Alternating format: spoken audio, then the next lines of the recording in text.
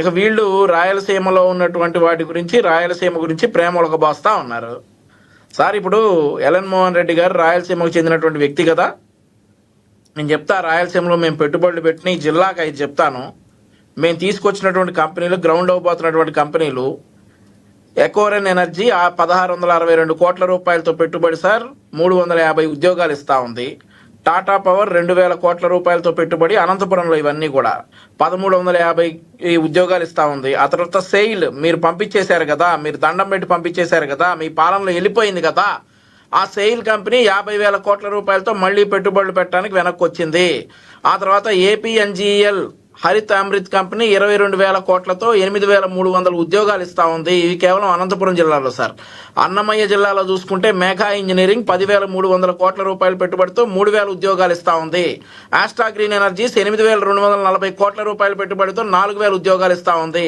చిత్తూరులో చూసుకుంటే ఏవిబిఎస్ ప్రోటీన్స్ శ్రీజా మహిళా ప్రొడ్యూసర్ సార్ 350 కోట్లు 790 ఉద్యోగాలు. ఏఎస్ ఇంటర్నేషనల్ 1000 కోట్లు 2,000 ఉద్యోగాలు.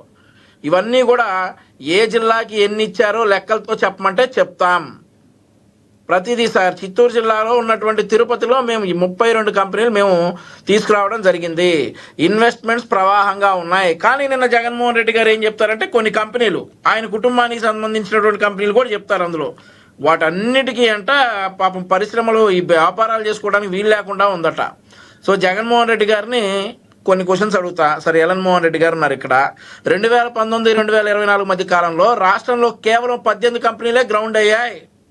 2019-24లో కేవలం 18 కంపెనీలు మాత్రమే గ్రౌండ్ అయ్యాయి. వీటి ద్వారా వచ్చిన ఉద్యోగాలు కేవలం 9,000 అని చెప్పి ఆర్టీఐ లెక్కలు బట్టబయలు చేసిన మాట వాస్తవం కాదా? ఆ తర్వాత 2014-19 మధ్య తెలుగుదేశం పార్టీ హయాంలో ఇక పరిశ్రమలు గ్రౌండ్ అయ్యాయంటే మనం చూసుకోవచ్చు ఎన్ని పరిశ్రమలు గ్రౌండ్ అయ్యాయి, అవి కూడా ఉన్నాయి. వాటి ద్వారా 93,802 ఉద్యోగాలు గ్రౌండ్ అయ్యాయని కల్పించబడ్డాయని, 39,213 ఎంఎస్ఎంఈ యూనిట్లు గ్రౌండ్ అయ్యాయని, వాటి ద్వారా 4,19,549 ఉద్యోగాల కల్పన జరిగిందని వైసీపీ మంత్రి, చనిపోయినటువంటి మంత్రి మేకపాటి గౌతమ్ రెడ్డి గారు అసెంబ్లీ సాక్షిగా చెప్పినటువంటి మాట వాస్తవం కాదా? ఎందుకు ఇంత విష ప్రచారాలు చేస్తారు? మేము 4,19,549 ఉద్యోగాలు ఇస్తే మీరు ఇచ్చిన ఉద్యోగాలు ఎన్నండి? కేవలం 9,000 ఉద్యోగాలు. మీరు 5 సంవత్సరాల్లో 18 కంపెనీల ద్వారా ఇచ్చినటువంటి ఉద్యోగాలు. ఇప్పుడు చెప్పాలి, ఆంధ్రప్రదేశ్ రాష్ట్ర ద్రోహి ఎవరో. జగన్మోహన్ రెడ్డి అనే వ్యక్తి కంపెనీల గురించి మాట్లాడుతూ ఉంటే నవ్వుతా ఉన్నారు సార్. మామూలుగా కాదు, కప్పం కట్టాలా? ఇప్పుడు గూగుల్, కాగ్నిజెంట్, టీసీఎస్ ఇట్లాంటి కంపెనీలన్నీ కప్పం కట్టొచ్చాయా సార్ ఆంధ్రప్రదేశ్ రాష్ట్రానికి? నవ్వుతారు సార్. గూగుల్ మరి ఏమన్నా భూములు ఇస్తేనేమో వాళ్ళకు భూములు ఇస్తున్నారంటారు, ఏదు అని అంటేనేమో కప్పం కడుతున్నాం అంటారు. గూగుల్ కూడా కప్పం కడితేనే వచ్చిందా సార్? కాగ్నిజెంట్ కూడా అలానే వచ్చిందా? టీసీఎస్ కూడా అలానే వచ్చిందా?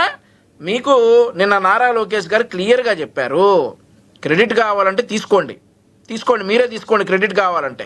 ఆంధ్రప్రదేశ్ రాష్ట్ర అభివృద్ధికి మాత్రం అడ్డం పడద్దు అని చెప్పేసి క్లియర్ గా చెప్పారు. ఇంకొకటి, వంశీకృష్ణ గారు ప్రధానంగా చూసుకుంటే ఏదైతే ఈ రాజధాని విషయం సంబంధించి మరొకసారి కోర్టుకు వెళ్లే ఉద్దేశం కూడా ఉన్నట్టుగా మనకి మా మాటల్లో అయితే తెలుస్తుంది.